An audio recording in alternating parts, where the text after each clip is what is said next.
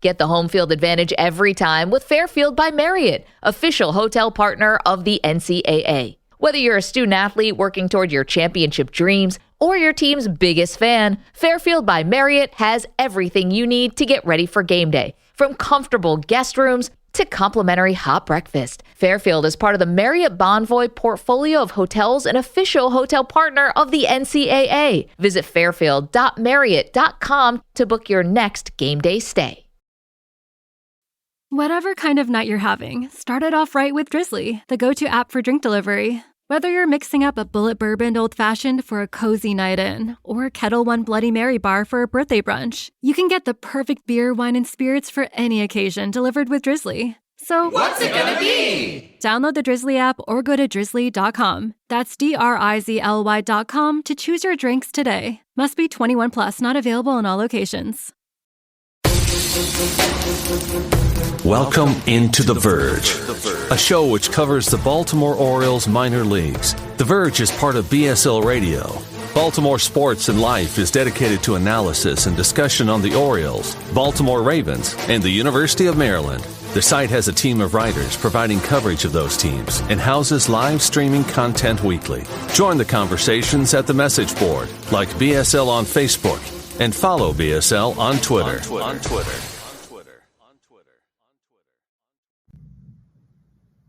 Want to make a podcast? Spotify's got a platform that lets you make one super easily, then distribute it everywhere and even earn money, all in one place for free. It's called Spotify for Podcasters, and here's how it works. Spotify for Podcasters lets you record and edit podcasts right from your phone or computer, so no matter what your setup is like, you can start creating today. Then you can distribute your podcast to Spotify and everywhere else podcasts are heard. Video podcasts are also available on Spotify. With Spotify for Podcasters, you can earn money in a variety of ways, including ads and podcast subscriptions. And best of all, it's totally free with no catch.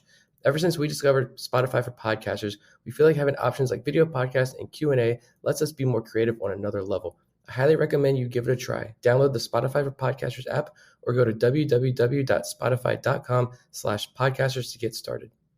Welcome to On the Verge. This is Zach Spedden, joined as always by Bob Phelan and Nick Stevens. And on tonight's episode, we welcome Adam Pohl, broadcaster for the Bowie Baysox, to recap the Baysox season. We're going to discuss a lot of the top prospects that went through the Baysox this season, from Gunnar Henderson to Coby Mayo, and get into the team's performance as well. But first, I'm going to turn it to Bob to promote an upcoming event we have. Yeah, we're only a little over a week away from our first live show ever at Full Tilt Brewing at 5604 York Road. So if you're free Wednesday evening, 4 o'clock for the Orioles game, we'll be there to watch that live, and then we'll do a show around 8 afterwards. We'd love to see anyone that can make it there. So, yeah, check it out. I like that it's at a brewery. That's par for the course, right? Absolutely. That's fantastic. That's exciting. And I'm driving 3 hours to this thing, so people better show up. Yeah. Well worth it. Yeah, that's right. Do it for next show up to Full Tilt next Wednesday. And I'll now introduce our guest. He is a broadcaster for the Bowie Baysox. He's been with Bowie since 2014, and prior to joining the Baysox, with the Frederick Keys. So he is Adam Pohl. Adam, how are you? Great, Zach. And I'm excited to be here. Obviously, I was very fortunate to continue. It's kind of a new role for me this year. I'm almost like broadcaster emeritus. When I was growing up listening to the Orioles and John Miller became the voice of the Orioles, Chuck Thompson would come on Sundays and do a few innings. So I kind of feel like I'm that. Matt Sabatis, the new voice of the Baysox, and I'm lucky enough to kind of come in. And I think I did about 45 games this year, so it was a lot of fun. It was good as always to hear you on the air, and to an extent, it felt like the Baysox kind of had multiple seasons in one, from yes. the high expectations in the beginning, then a first half slump, and then a second half surge that almost got them into the playoffs. What was it like to follow this team and see them play firsthand? Well, in the minor leagues, your team's always changing, and you're either getting better or you're getting worse. There were times where you'd look at the Baysox this year and be like, oh, man, this is going to be tough. And then there were times where you looked at the Baysox and said, this team is a juggernaut. I mean, this is the best offensive team in this league. So it was really an up and down season. There's no doubt about it. The Baysox had some COVID issues early in the year. That's really the reason why they ended up right around 500. They had about 2 or 3 weeks in May where 4 of their 5 starters were out of the rotation. And it was not a dire situation by any means, but it just thrust a lot of people into spots they weren't used to. And Bowie had a stretch where they lost 14 of 16 games. If you really take that away, I think the team was really, really a strong team in totality, even in the early part of the season when the record didn't really show it as much. First half of the year, for instance, the Baysox led the entire Eastern League in on-base percentage, right? I mean, usually that's not the worst, and we have the worst record in the league. You got on base more than any other team, and you were the worst team. I mean, it was a bizarre first half, but I think the team added some reinforcements from an outstanding Aberdeen team. And once Cowser, Norby, Prieto had already come up a little bit earlier, were with the club, and then Ortiz caught fire. The Baysox were absolutely on fire this season. So we had a lot of great moments. You've been calling games for Orioles affiliates now for 14, 15 seasons now. Yes. Like Zach said, first with the Keys, then with the Baysox, once you joined the Orioles org. But you've seen a lot of great talent come through. You've seen a lot of changes in the organization. But what about, just like broadly speaking, what about the talent and just the overall organizational philosophy stood out to you the most with this generation of Orioles prospects? Oh, yeah, it's pretty cool. I mean, I think that in talking to Buck Britton when Mike Elias came on, the feeling was that what they were doing in a pitching sense, they felt like they were ahead of the game, but they had to find that on the offensive end. And obviously, you guys are right at the tip of the spear here, so you know what I'm talking about. But when you're looking at players that were pre-Elias and then after Elias, you look at Cedric Mullins and Mountcastle and Hayes, and you're seeing guys that are outstanding ball players, but they really don't walk that much, So they're either average or slightly below average on base percentage guys at the major league level. And with that, the major league team, if I had to guess, I haven't looked at it in a while. And with it, I think the major league team is probably still a little bit substandard in on base percentage. Well, that's going to change, here in the upcoming years, because almost every player that is coming through Bowie has a very similar offensive profile or mindset. Prieto might be the only one that doesn't really fit the bill per se offensively, but you're just seeing guys that really work the count, even players that aren't your biggest prospects. We had a guy, Chris Given, that they signed during, and it's like, well, here's another guy that that's going to have these 8 pitch at bats, right? So swing decisions is the key. And I think that it's pretty remarkable, kind of focusing things that you're able to have a system that many feel is one of the top in baseball without really much of a Latin presence in it at all. I mean, because prospects are rated really about what guys are doing at the high levels of the minors. You'll never see a team that's rated the number 1 prospect, team in the minors, and all their prospects are in single A. It's like, oh my God, they got this great guy in the DSL. That's not how the prospect rankings work. It means that you've got dudes that are in double and triple A that are about to go to the major leagues and make things happen. And the fact that the Orioles have that largely without 40% of what Major League Baseball is, which is Latin American ball players, is remarkable. And I feel that one of the reasons why Elias believes that this is sustainable is that if they continue to succeed and overperform in the draft, and then you see the Latin ball players come up as they believe is going to happen in the next 3, 4, 5 years, I think they think that they can keep a very high level minor league system, even without having the number 1 pick every year, Yeah, for sure. And just speaking to those walks, I mean, right now, the top 2 in walk percentage on the team are Adley Rutschman and Taron Vavra. Sure. And we know Gunnar Henderson and Kyle Stowers have some pretty good walk rates that'll probably show up in the near future as well.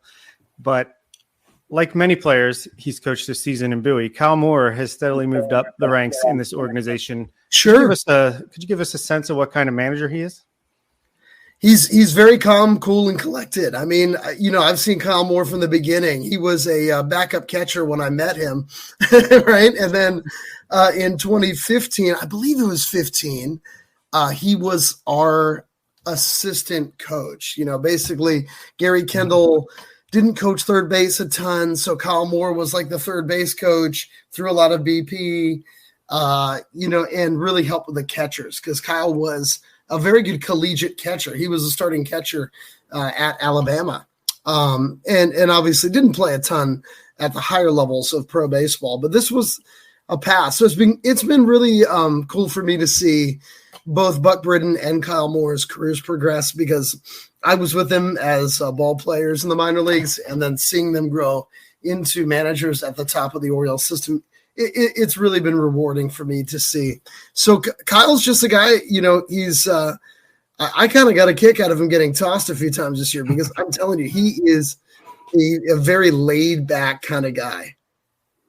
I would say him, and it seems like all those Bowie coaches, we've had Tim DeJohn before and love getting to know Tim, but watching those Bowie games, it just seems like those guys will fight for their players regardless. And that was definitely fun to see. It really was, and that doesn't always happen in the minor leagues. I mean, for me, in the last few years, the great moment was when we lost the title in 21. And, I mean, the players were devastated. So there really is, a great vibe. I'm not around the players really at all like I used to be. But altogether, when you look at the Orioles organization, it is a quantity of prospects. And there's a true organizational philosophy that runs throughout. And I think that's really exciting. We've had really good prospects and good players in the system. It kind of annoyed me a little bit when the Elias regime started. And it was almost like this feeling like the Orioles system was always trash. And now it's amazing. And I'm like, I had in Frederick in a 3-year span, Zach Britton and Matt Wieters and Jake Arrieta, Manny Machado, Jonathan Scope. I mean, those are pretty good major leaguers in the span of 3 or 4 years to go through one single A team. And obviously, I think we had really good ball players kind of in that late Duquette era that so many were traded away. And if some more long-term thinking had happened, I think that it might not have ever gotten to where it did. But nevertheless, I think you got to be excited with what the Orioles are doing. And more of a long-term approach to that thinking is this, that the way the Orioles were operating before, they just weren't winning in any aspect of their operation. They couldn't outspend their opponents. In that era, it wasn't about analytics. It was more about old school scouting. The Orioles had less scouts than any team in the American League East, right? They weren't spending any money on international prospects. So it's like, how are we going to win? Like these are the ways that you acquire players. You are substandard in every way. So how are you going to win? It really is amazing that Buck Showalter, Dan Duquette, that whole era came together and brought together with great trades, some great high draft picks. I mean, look at who the Pittsburgh Pirates took in the years that we took Wieters and Machado. And I mean, they could have had those players. So this is different. This feels like a model that can be sustainable. And that's what's so exciting. It will frustrate Oriole fans a little bit because this is not a model. Well, we'll have to see. But my guess is that a lot of the players Oriole fans are falling in love with, as they start making money, they're going to move out. And the guys that are minor league players now are going to move in instead of what you usually see, which is you get a good major league team and then you trade your minor league players, right? You trade Zach Davies, you trade Eduardo Rodriguez, you trade Christian Walker. These guys that are good have become good major league players, and you tried to win. And my guess would be that that's not what is going to happen. Yeah, it's going to be interesting. See, those are good points. You think about those years and the quality of players that did come through. Focusing on one we saw this year, though, Gunnar Henderson obviously took off in a big way. You got to see him a little bit at the end of 2021. Sure. But at what point this year did you know that he was about to accomplish something special? Oh, that's a great question, Zach, because I don't even know if I really ever thought he might be doing what he's doing now. I mean, to be honest, I was really, really impressed. I've gotten to talk to Gunnar a little bit, but a few things stood out to me. His athleticism was just off the charts. Like I tweeted about it a little bit, but I couldn't believe how fast he was. He stole a lot of bases for Bowie, but it wasn't even just that. It was just like the eye test. When you watch a player play, you kind of expect certain things from them.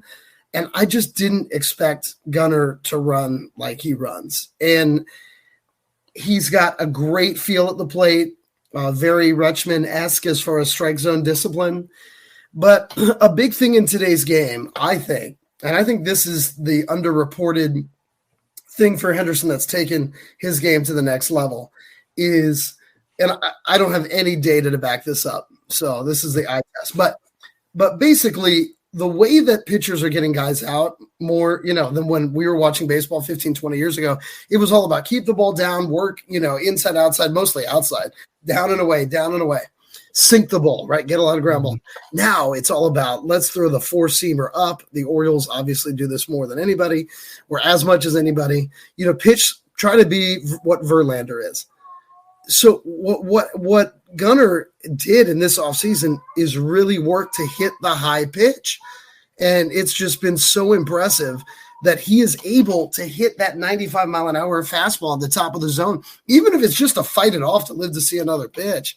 And that's the strikeout pitch in baseball, and he's staying alive. It's what he worked on incessantly in the offseason, is hitting the high fastball, and I think it's paid major dividends.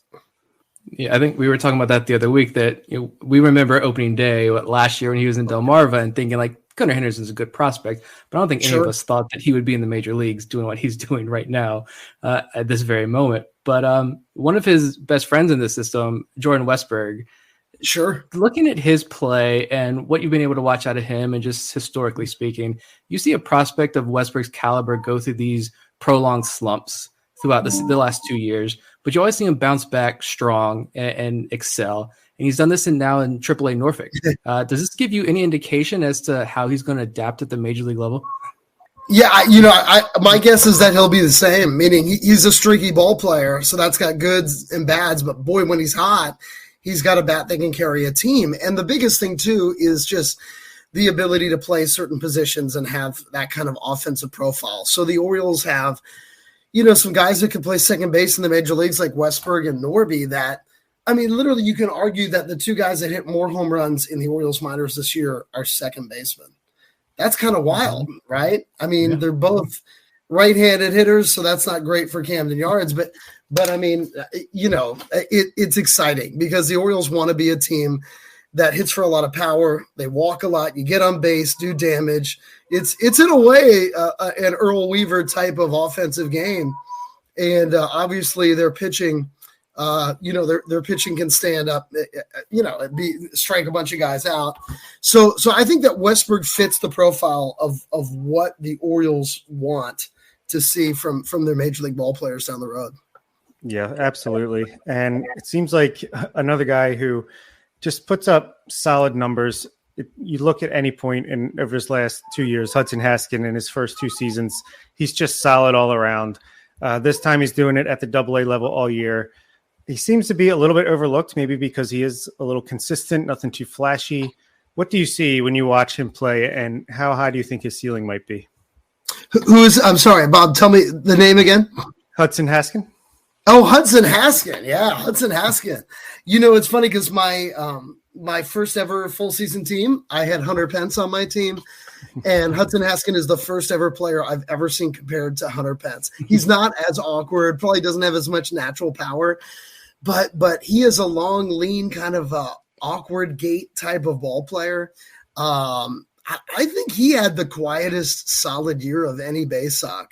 Which is funny because his first weekend was absolutely incredible. Right. He hit 3 homers on a Sunday afternoon. Yeah, I was at that game. It might have been opening day. He had 3 doubles. He was like 7 for 12 with 6 extra base hits. I think that everyone was like, call him up to the Orioles, But Haskin, I think, is going to be an interesting ball player. To me, he doesn't have a tool that really stands out. Nothing. He's not really a flashy ball player, but you can say that, and then you look at what he did. His on base percentage was outstanding this year. His slugging percentage was well above average. I mean, he was an excellent offensive ball player at the AA level, and he's the right age to be at AA. That's something when you're looking at minor league players, the age of the player is extremely important. Everybody just looks at numbers, but you might say, oh my goodness, like Gunnar Henderson, made it up to AA and struggled the last 2 weeks. So yeah, maybe he isn't what we think. Well, guess what? He was 20 years old, right? So the average AA player is 24. So when you look at players like Mayo, right? I mean, you look at Mountcastle when he came up to Bowie in 2017, it was the same kind of thing. It takes time. Manny Machado hit 245 in 2/3 of a season in AA. But guess what? He was 18 for the majority of his time at AA. How crazy is that? So it's not always just about the true numbers. Haskin, once again, because of his age, I think he had a very solid season.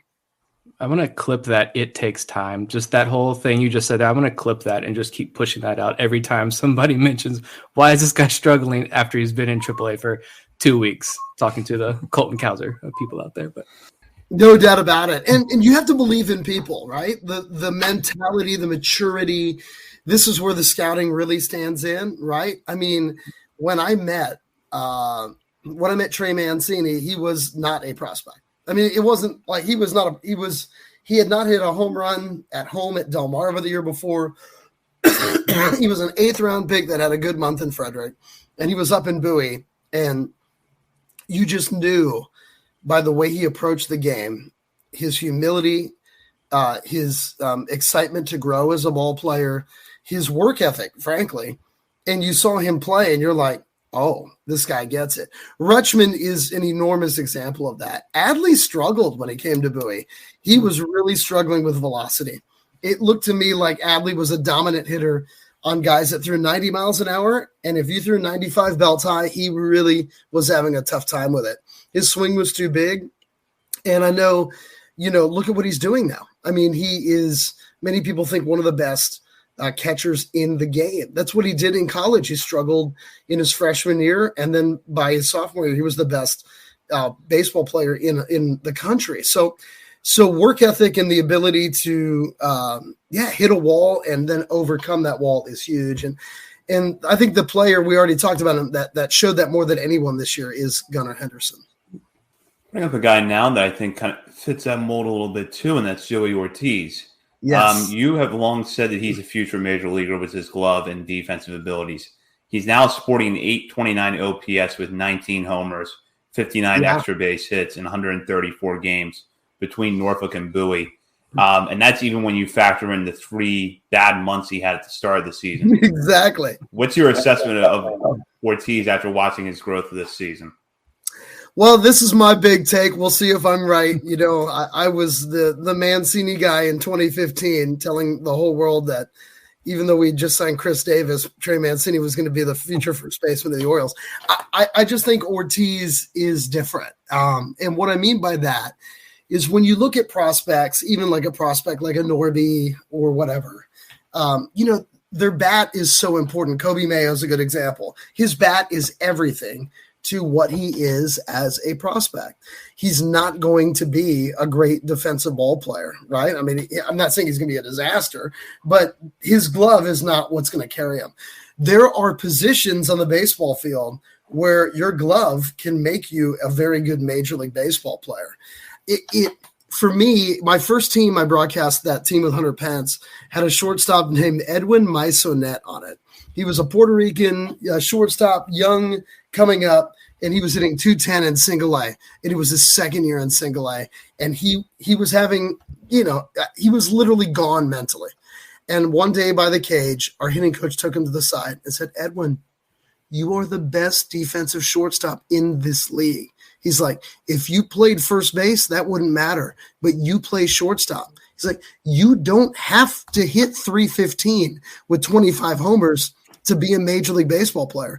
You just got to go to Double-A and hit 260. Right? That's what he said. You go to Double-A and you hit 260, you'll be in the major leagues. And that's exactly what happened. Maisonet, as a 24, 25-year-old, hit 260, 270. That's when the Astros really kind of fell off after those World Series years. And Maisonet was a 3, 4, 5-year major league ball player.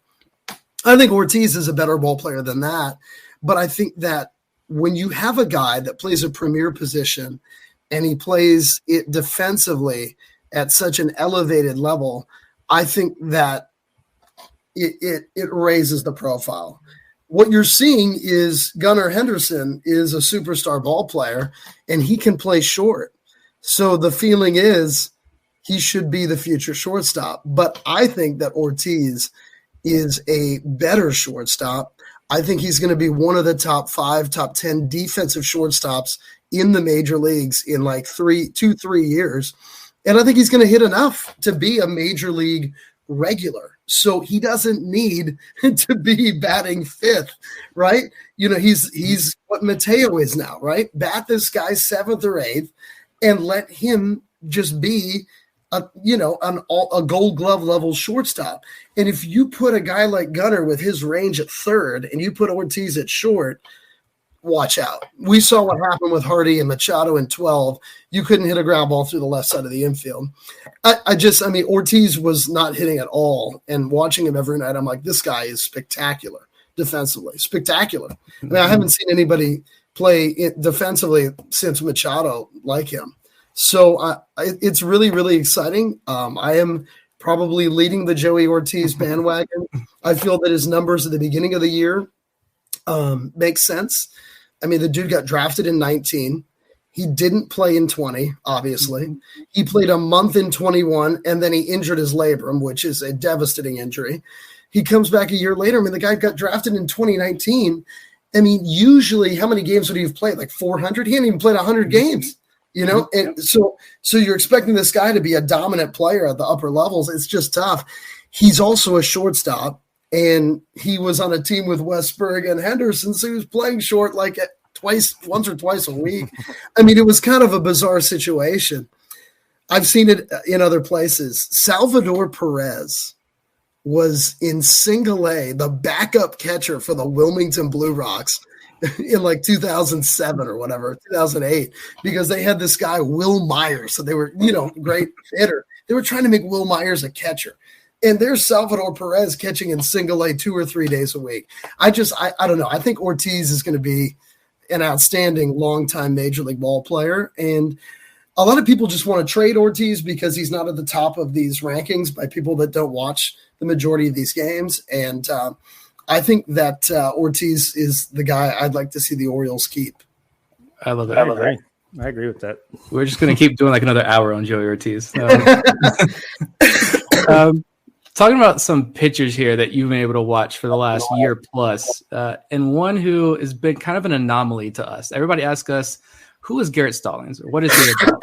And he comes up to Bowie last year and first year in pro ball because, gets drafted in 2019, doesn't pitch with the Angels, doesn't pitch in 2020, but ends his first year in Double-A.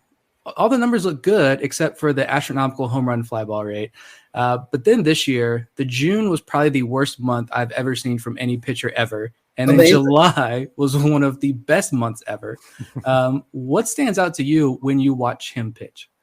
Yeah, I didn't talk about it on a broadcast, but when I was a kid, and this doesn't happen usually with starters, but there was an Oriole game. You guys might be a little bit young to remember this, but there was an Orioles game where Jesse Orosco had to wear it as a reliever. He was a good reliever for the Orioles this year. I'm guessing it was 95, 96.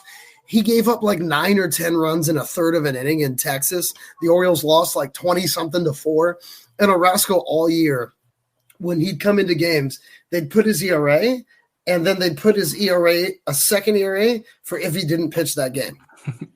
They'd be like, he's got a 5.3 ERA, but if he didn't pitch in that game, he'd have a 2.4 ERA, right? So that was Stallings. He gave up 38 runs in June in like 10 innings. It was horrendous. So, he had the weirdest year ever, but you got to give it to him for sticking with it and getting through it. And that's really what it matters. It's not just about your numbers. His numbers, obviously in the end of the year didn't look good just because he had this nightmarish month. He stayed healthy, which is big. He's not a big stuff guy. That's going to hurt. It's hard in today's day and age to break into the major leagues if your fastball's 90, 91, 92. But we have seen pitchers do that in the system. So it's going to be interesting to see what Stallings is able to do. I do think he's the kind of guy where moving that left field wall back would help him incredibly. I mean, he gives up a lot of home runs, but he was the innings eater and a huge part of the Baysox team this year. You guys have seen a lot of left-handed pitchers have success up through Bowie the last few years. Keegan Aiken, Zach Lothar, Alexander Wells. Another one that passed through Drew Rahm this year. He's continued his steady rise ever since being drafted in 2018. From what you've seen, what do you think his ceiling is, and how do you think he compares to some of those other lefties that have come through? I think Rahm's got a little bit more on his fastball, which is good, right? I mean, when he's at his apex, he's kind of 93, 94, which is solid. But he actually can move the ball a little bit. I like his demeanor on the mound. He's got an aggressive mindset. He's a really good guy. But I think that it's interesting because I do think he kind of profiles a little bit more. I don't want to say towards the last, because the Orioles didn't really have they drafted a lot of different types of pitchers in the last regime, like a Brennan Hanafy that's really a sinker guy, right? Compared to other guys like obviously a Grayson Rodriguez that is not. So when you look at Rahm, I do feel like he almost is more of a sinker slider guy, which is not really what the Orioles brass. If you look at the kind of guys they draft now, they don't draft pitchers like that. So it's going to be interesting to see how much they value him, in that regard. So pivoting back to hitters now, Connor Norby really took off after he got to Bowie this year. Yeah. And, now organization minor league leader in home runs. Why do you think he was able to be so successful so quickly with the Baysox? Wow. It's a great question, Zach. I don't know. I mean, but it was really, really impressive. I love watching him play. And, he's a guy that's really, really aggressive. He's an aggressive hitter. So you see a lot of these new Oriole hitters that they're going to take a ton of pitches early in the count, really work the count. But Norby's up there to do damage. He's not messing around. And he hits a lot of homers to right center. I think that's a really good sign. But he hits a lot of home runs first pitch swinging. So really, really exciting ball player. I know he hit for good average, but his slugging percentage was outstanding. And I do think he profiles as a second baseman. You think his defense is good there? You know what? It's kind of weird because it didn't really stand out to me, which is good. I mean, it's probably a good thing, right? Active defender, but I think he's going to be fine. Yeah. What about his fellow 2020 draft pick, a partner there, Colton Cowser? I know he didn't spend too much time in Bowie because he's quickly found his way up to AAA now. But how good was his bat that you were able to see? I love Cowser. I mean, I love guys that have that Nick Markakis type of quick whip swing and hit the ball to all fields. And Cowser he's just a guy that just is on base constantly. I mean, people can worry about the power. He's hit almost 20 homers this year. I mean, I just think he's a spectacular prospect. He can run. He can play some center field. I think he's a guy you can play anywhere in the outfield. And altogether, I just think Cowser is get extremely excited because he's just going to be on base all the time. And that's what it's all about. If he can be a high 300 on base percentage guy in the major leagues, I mean, it's extremely exciting.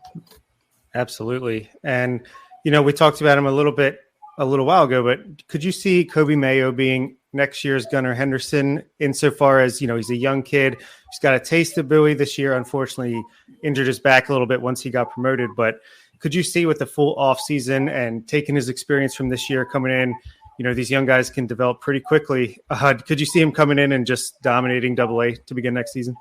He's a physical specimen. I mean, he's just a big dude. Like you don't see baseball players that often, and you see them and you're like, whoa.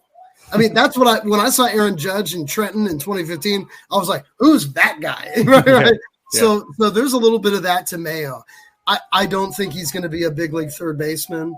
I think that Mayo kind of fits a Mountcastle profile, even though he's not the same player, because Mountcastle, it was all about his arm strength. But I think Mayo, usually if you say that a guy is a first baseman, that's usually super negative, because not many guys have the bat that can be a first baseman in the major leagues. But we have seen that in the system with Walker and with Mancini and Mountcastle, and I think Mayo is the next in that line. So I think that Coby Mayo is an incredibly exciting prospect. And I do think, like you said, Bob, I think he's going to have a big, big year in Double-A next year. Yeah, I could see that arm, though, playing up even in right field, maybe. Yeah, no doubt. He's got a cannon. Yeah. Everything about his game is power. Everything, it feels like.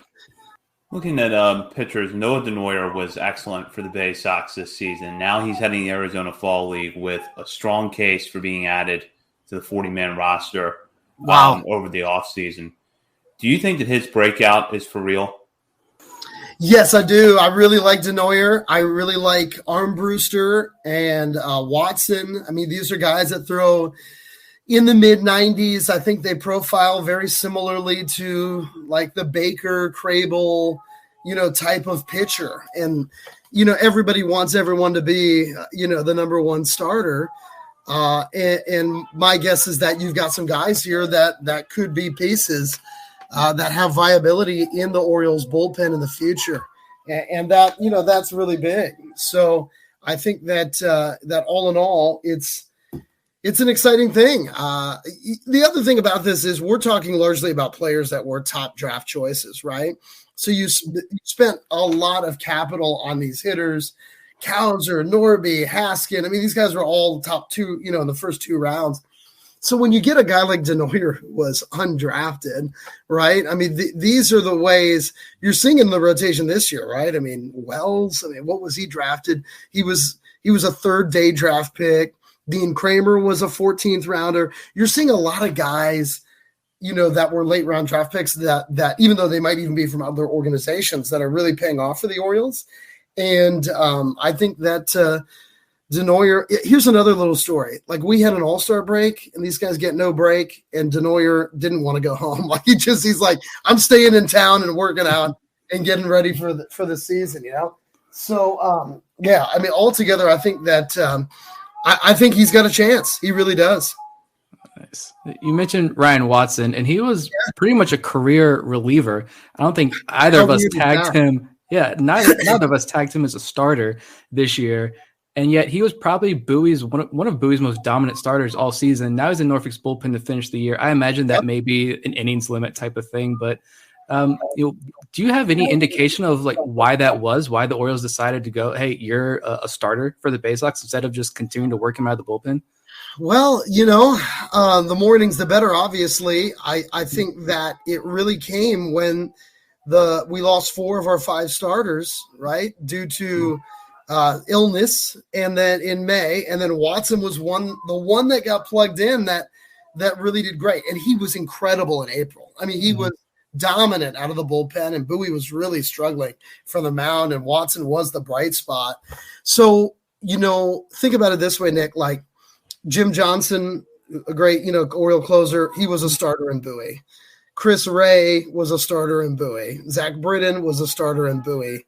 Dylan Tate was a starter in Bowie. Hunter Harvey was a starter in Bowie. So they even tried to make Tanner Scott a starter kind of in Bowie, which is kind of funny. That was a kind of a square peg in a round hole. But when you're able to let guys that, who knows, maybe Watson is going to be the next Tyler Wells or the next Austin Voth. But I mean, I think that Watson, to me, would profile really well. I mean, he's probably going to, if he comes out of the pen for an inning or two, he's probably throwing 96, 97 miles an hour, and I think that's exciting. So I wouldn't be surprised at all if he is in that Dylan Tate type of mold. Yeah, and going back to hitting again, the guy that the only guy in the system basically that doesn't walk. Cesar Prieto, he hit 7 home runs with Aberdeen in April before a quick promotion up to Bowie. But then he struggled a bit as far as the power and the on-base percentage goes. He still showed off the hit tool, I feel like, with some doubles in for average. But do you see any signs that he could improve in those areas to be more of a complete player down the line? No doubt. Well, first of all, he hits the ball, right? So he struck out at a lower strikeout rate than just about anybody. So that is a real asset in today's game. It's never talked about, right? Because it's not your on-base percentage or whatever, but, he really, really, was able to put the ball in play. So with Prieto, for me, something that stands out to me, and I'm so sorry, my daughter is crying her eyes out in bed right now. But I'm going to try to turn her down here. But bad parenting. Sorry for everybody. We'll take care of her in just a minute. But Cesar Prieto he's a ball player that is Cuban. And I know it's like, well, what does that mean? But it's so different. Like the Dominican and Venezuelan players are signed where they're 16 years old. They're given the nutrition. They're taught the culture. They're taught the language. They, in essence, go to an American school, right? And then the best of them come up here a few years later. And then the best of those make it up to AA. I mean, by the time you're at AA, if you're 21, 22 years old, you have been around American professional baseball, in one way, shape, or form for 5 years. These Cuban ball players that just leave their families, they feel so much pressure. Baseball is their absolute life. They sign a contract. They have money. They don't know anything. Like they don't know a word of English. And it's like, here we go for it. I mean, to me, for Prieto to do what he did to start the year in Aberdeen, I thought for sure he was going to start really slow. I couldn't believe that he was doing so well. I know he's 23 years old and, high A, is 22, 23 is the average age, but boy, that was really encouraging. And obviously he's going to need to maybe take a step forward in AA, but boy, I think that I think that for a first year in the States, it was a really successful season for him.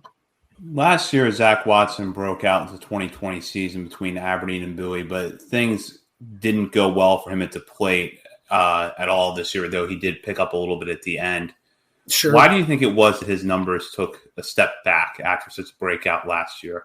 Oh, it's a good question. Yeah, it was a tough year for Zach Watson. He's really slight, and I don't know. Sometimes when you look at Zach Watson, you think this guy's going to be a put the ball in play and beat you with his legs guy, and like literally he came up and he was like this big power hitter, for us in 2021. I'm like, that guy is hitting homers. I mean, it was kind of wild. I don't want to say it caught up with him, but look, if you're standing still, you're going to get passed. It's such a tough environment, minor league baseball. You got to keep going, and a bad month can put you behind. And he just had a really, really tough start to the year. Couldn't get it going. They took him off the active roster for a few weeks, and then they put him back on at the end, and he really did play well. That's a good sign. He's, I believe, a third-round draft choice, so it's not over for him, right? So next year's a huge year, but it was obviously a step-back season for him, and he'll probably start next season in Bowie. And if he has a good April, he'll be in AAA, very quickly. So, and I do think there's less depth in outfielders in the system than infielders, so that's advantageous. To end on a high note with some high-profile arms here, Justin Armbruester, you touched on his name earlier, but he could legitimately be this year's Orioles, the Jim Palmer minor league pitcher of the year. How about that? This organization. Yeah. A guy who nobody was talking about last year. I know you're talking about guys who don't watch these minor leaguers but want to make lists in detail. You call him just an org guy. And that may be the case with Justin Armbruester. We don't know how his development's going to end up, but he could end up being the pitcher of the year. What did you see from him this year that really stood out? I just think his profile looks like what the Orioles want in pitchers, if that makes sense. You know what I'm saying? I mean, The dude throws 95 miles an hour. I mean, I know that players are moving faster, so like I've got to get my mind right, if that makes sense. Like I've been around, as we talked about before, a long time, so I have it in my head like, okay, these guys get drafted, and then they're supposed to be good AA players 2 years later.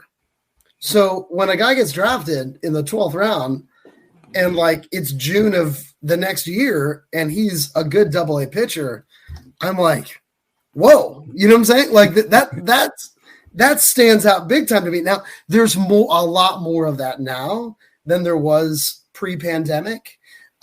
Players are getting pushed more. You might argue that the level of AA baseball is slightly less, and players now are like AAA is being actually treated like a level instead of just being 4A. You know, I remember when Buck Britton got called to AAA in 2014, he came back down a week later and he said, Adam, I was one of 3 players that didn't have big league time out of 25 on the Norfolk Tides. So the AA was the prospect level. And if you crushed it in AA, well, you just stayed in AA. You know, so Mancini was the best player in AA at 359 with 20 bombs in 4 months. And the next year they said, hey, Trey, guess what? You're going to Bowie. I mean, you know, if he was in this regime, he wouldn't have been in Bowie more than 6 weeks, you know? So it is a little bit different, but even with all that said, I still think it's incredibly impressive. And I think that Armbruester, he just does a really good job. I mean, he's got different pitches. Obviously, he's got a repertoire, but he throws 95 and he throws the fastball really well at the top of the zone. And I think that's a big thing in today's game, right? To be able to work a breaking ball down and then climb the ladder with that kind of velocity, and to be able to throw at that velo is big. And even if he's not a starter, which I think he could be, but and I think Watson could be too, I still think like they look a lot to me like, you know, a Dylan Tate, Keegan Aiken, you know, ability. So I think you've got a lot of opportunity to be an Oriole that matters to a future team. Yeah, a couple more pitchers, Cade Povich and Chase McDermott. Each got a taste of AA after being acquired at the trade deadline. Their stuff looks great, despite having some shaky results. But sure, what do you make of them, and how do you see them performing next year? So Povich was like grew up loving Kershaw, and then like he throws his first curveball, and I'm telling that story, and the dude throws like a 67 mile an hour curveball. I'm like, hey, there it is. I get you. You know what I'm saying? Like it wasn't just, you know, he wasn't just blowing smoke. I mean, he's literally, you know, trying to pitch like Kershaw, you know? So I really enjoy Povich. I think that he's got good pitching style. Of course, he had a few tough ones in the end. I wouldn't really take their numbers in AA with much. If you throw 3 or 4 games, it doesn't really, you know, it's like, oh my God, the guy's hitting 150. Well, he played 8 games, you know? Yeah. So it doesn't really matter. So Povich did have a few tough games to finish his season, but I do like his stuff. He's got a little bit more pitchability than McDermott, but McDermott's got some stuff. So I would think that Povich has got a better chance to stick as a starter prospect. And if Povich hits his apex, and I do think it's a little bit of a push to say he'd get to that level, but you'd be hoping for a Dean Kramer type starter. He kind of has Kramer type stuff. I think Kramer though, man, the dude, Dean always kind of had a little bit, he was so fiery, and I love that about pitchers, right? So I don't know. Dean just has a mindset that I always thought Dean was going to be able to be what he is this year. So I think we're at this rate, you kind of expect that Povich and McDermott will be back in Bowie to start next year. What would you say that they would need to work on just as they get more time at AA under their belts? Oof, I mean, you could say quite a few things, to be honest. I mean, the easiest thing would be consistency, right? I mean, you're just not going to get as many guys to chase. A lot of organizations are doing what the Orioles are doing, so it's just harder to put away hitters, and you've got to make and execute your pitches. So I think that beyond just a development of of another pitch, it's not like They need to recreate themselves as pitchers. Like, let me throw out a pitcher that almost reached the major leagues. The Orioles drafted a guy around the 20th round back in the day named Lucas Long.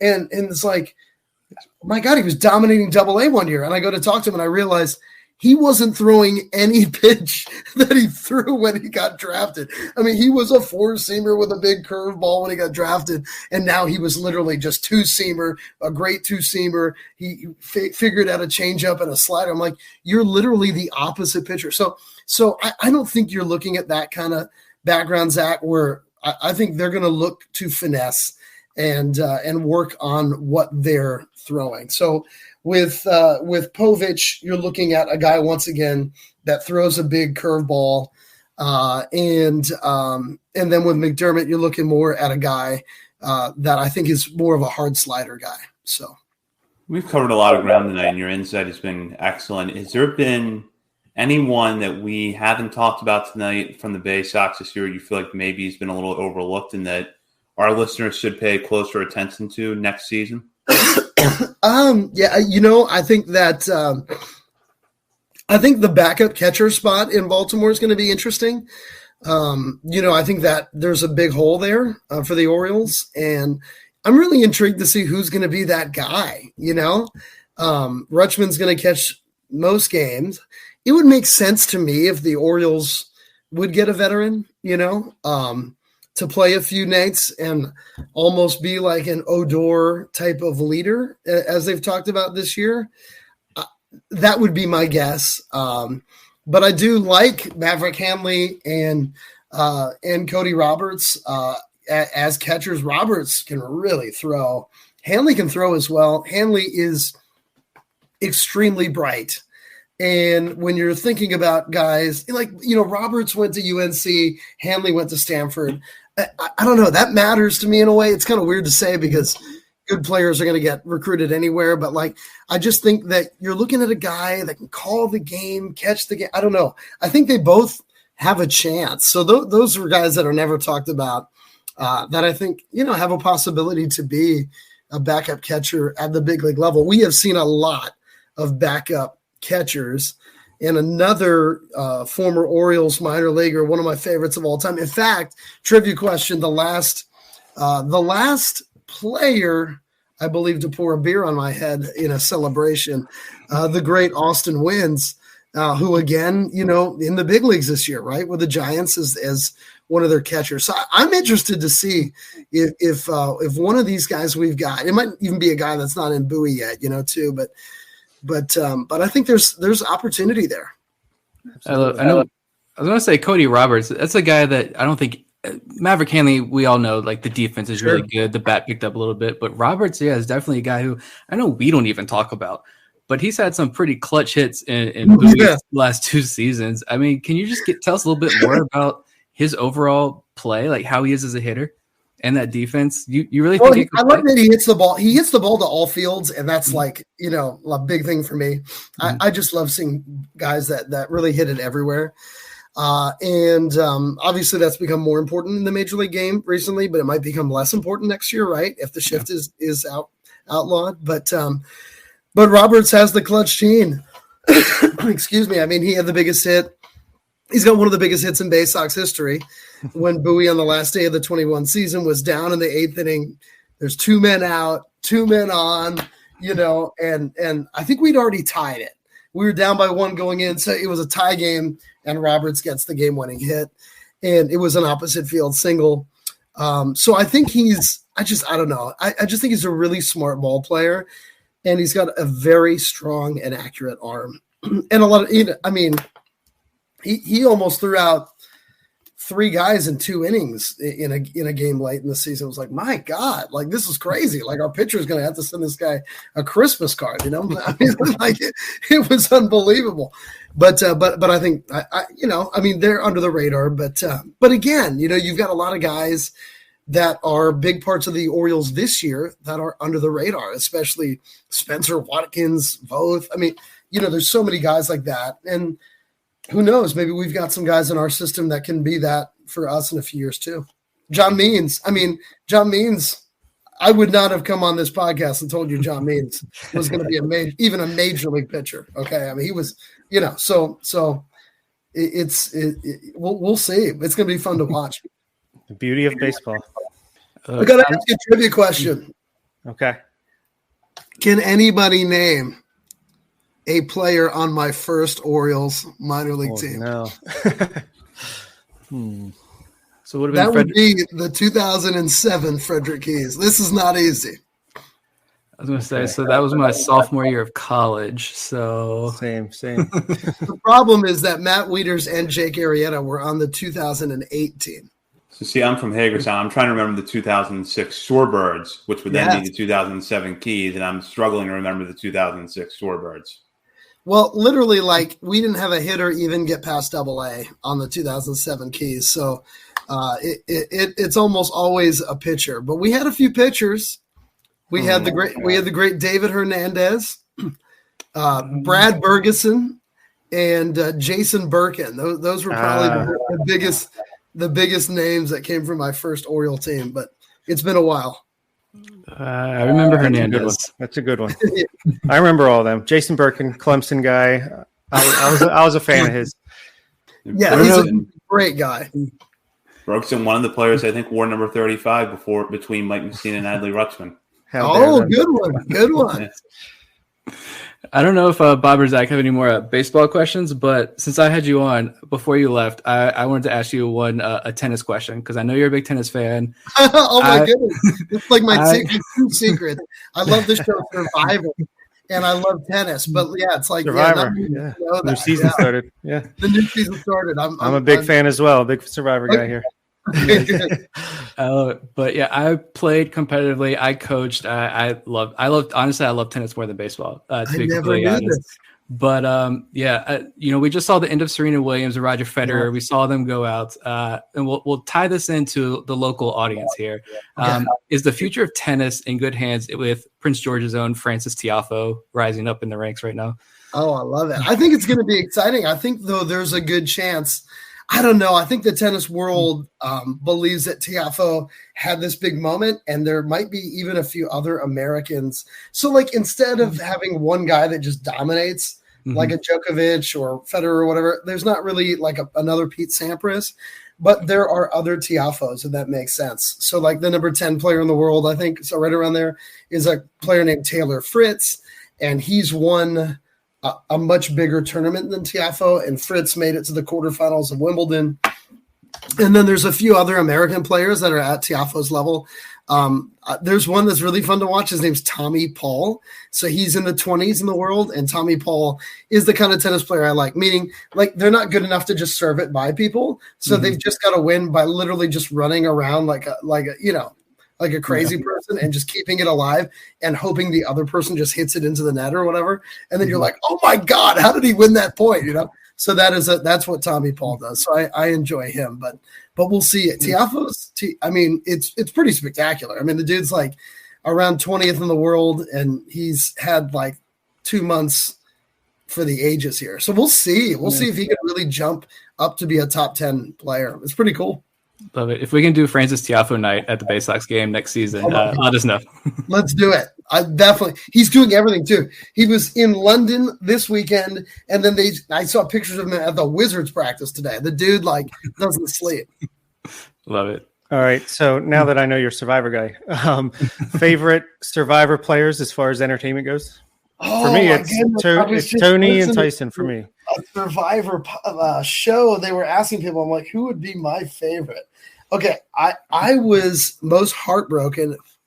There was a season where there was this nerdy girl named Aubrey, and she was going to win. And then you went to the final show, and then she didn't win. Michelle Dieter. Yep. Yeah, and you just realize that the edit you're seeing is not real life, and she was playing this dominant game, but nobody gave her credit for it. So I always feel that's probably my favorite Survivor player ever. Nice. But yeah, I didn't watch it from the beginning. Excuse me. It was a person in minor league baseball. I was working with the Keys. The guy that runs the Pittsburgh Pirates video board right now, his name's Paul Danilo. The dude's a genius. And he always called me Pohl. He's like, Pohl, you don't watch this show. You would love this show. And I watched it one night, and I got into the season. And then the next season was the Russell Hantz season. He was like the biggest villain in Survivor history. And he changed how the game of Survivor is played. Now, I didn't really know that because it was like the first time I watched it. So I'm really weird because everybody that's watches Survivor pre-pandemic, it's like they've watched it from the beginning. Some people got into it when it went on Netflix and then started watching seasons past. I'm like the only one that picked up the show in like season 20 and has watched it since. So I haven't watched the first 20-year season. So yeah, I'm a weirdo. I started with season 14 and then I did go back and watch them, but yeah, it's a cool show. It is great. So starting Wednesdays, we're going to have our spinoff podcast, the reality TV show podcast. I love it. Well, Adam, Verge of Tribal Council. Sorry. We've appreciated your insight about all things baseball and non-baseball tonight. And speaking of non-baseball, your broadcasting work does not stop with the baseball season. You're moving on to college basketball now, right? Super excited, yeah. I've been doing the Mount for about 10 years, Mount St. Mary's. We are in the MAC now, so it's going to be very different. We've been in the NEC, which is one of the bottom 5 leagues of D1 basketball. And you're a 16 seed. Like when you win the NEC tournament, you're a 16 seed, basically. You can be a 15. But the MAC's very different. It's going to be an enormous leap for the Mount. Last year, there was a MAC team in the Elite 8, St. Peter's. Siena has been a 9 seed in the tournament out of the MAC. Rick Pitino is a coach in the MAC at Iona. Freaking Rick Pitino is coming to Mount St. Mary's this year. Get ready. So it's going to be exciting to see how our team is able to level up. We have a more veteran team. We did lose 2 of our best defensive players and our bigs, but altogether, I think it's going to be a lot of fun. It's going to be a lot of fun, and I'm taking more of a long-term view at it. I think obviously it's an 11-team league. I'm not expecting to cut down nets this season, but I do think that we could be a middle-of-the-pack team in the league this year, and it's going to be really fun to see what we can do because this DC-Baltimore area is incredible for basketball recruiting and being elevated to the MAC with the best mid-major atmosphere of any school in this area. And I don't think if you came to Mount games, I think there's almost no question of that. I know there's some other schools that have some really nice arenas like Towson and UMBC, but the Mount is pretty special. It's an old barn from the 80s, kind of has like a Butler feel to it. And the place absolutely rocks. It's got 3,000 seats and they average over 2,000 fans per game. And it's just, it's a lot of fun. So if you can, it's going to be tough to get a ticket for Iona, but if you can, I suggest trying to find a way to get up to Knott Arena this year. It really is a lot of fun as a sports fan. Well, Adam, thank you for joining us tonight. Thank you, guys. Thank you so much. And we will be back next week with our recap of the Norfolk Tide season. We'll actually have 2 shows next week, our regular show on Monday night, and then our live show at Full Tilt on Wednesday. In the meantime, check out BaltimoreSportsAndLife.com for all the latest coverage on the Orioles, Ravens, college sports, and more. And be sure to follow us on Twitter at BSL on the Verge for the final days of the minor league season in the Norfolk Tides, as well as we wind down the major league season. We'll have coverage for you there. Thank you to Adam Pohl for joining us tonight. For Bob Phelan and Nick Stevens, this is Zach Spedden you've been listening to On the Verge. That'll do it for this week's episode of On the Verge. Be sure to check out our Patreon page where you can help show your support for the show and get bonus content, including monthly top 50 updates to our prospect list and daily game recaps during the season, and much, much more. Introducing Carvana Value Tracker, where you can track your car's value over time and learn what's driving it. It might make you excited. Whoa, didn't know my car was valued this high. It might make you nervous. Uh-oh, market's flooded. My car's value just dipped 2.3%. It might make you optimistic. Our low mileage is paying off. Our value's up. And it might make you realistic. Car prices haven't gone up in a couple weeks. Maybe it's time to sell. But it will definitely make you an expert on your car's value. Carvana Value Tracker. Visit Carvana.com to start tracking your car's value today. At Grainger, we're for the ones who specialize in saving the day, and for the ones who've mastered the art of keeping business moving. We offer industrial-grade supplies for every industry, with same-day pickup and next-day delivery on most orders. All backed by real people ready to help. So you can get the right answers and products right when you need them. Call, click Grainger.com, or just stop by. Grainger, for the ones who get it done.